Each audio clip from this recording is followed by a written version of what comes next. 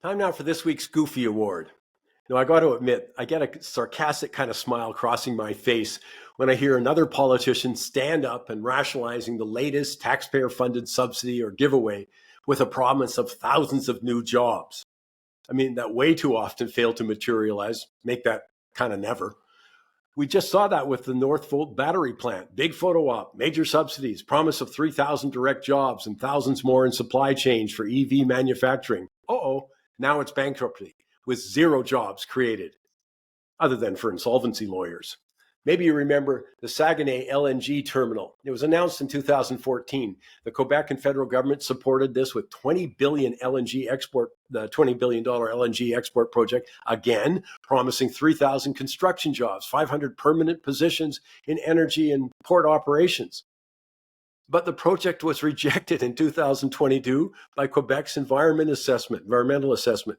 No construction occurred, resulting in zero jobs created and 20.12 billion in international damage claim against Canada for regulatory failure.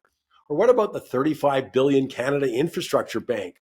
Launched in 2017, promised to leverage private sector investments for 100,000 jobs in transit, broadband, clean energy projects.